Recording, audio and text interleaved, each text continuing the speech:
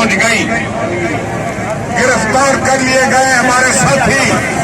और आज देखिए सियालकोट में क्या हो रहा है, एक भरपूर जलसा हो रहा है सियालकोट में। जितना इमरान खान को रोकोगे, ये नौजवान, ये कौम जो उनके साथ है, ये उतनी भरपूर अंदाज से आगे चलेगी। और आप की तरफ किस तरीके से ये मार्च होगा, ये आजादी मार्च होगा, ये गुलामी निजात मार्च होगा। अब कोई रुकावट, चाहे राना सनाउल्लाह हो या कोई और हो, ये कोई रुकावट नहीं डाल सकता। इस कौम के सामने अब किसी किस्म की कोई रुकावट नहीं आ सकती।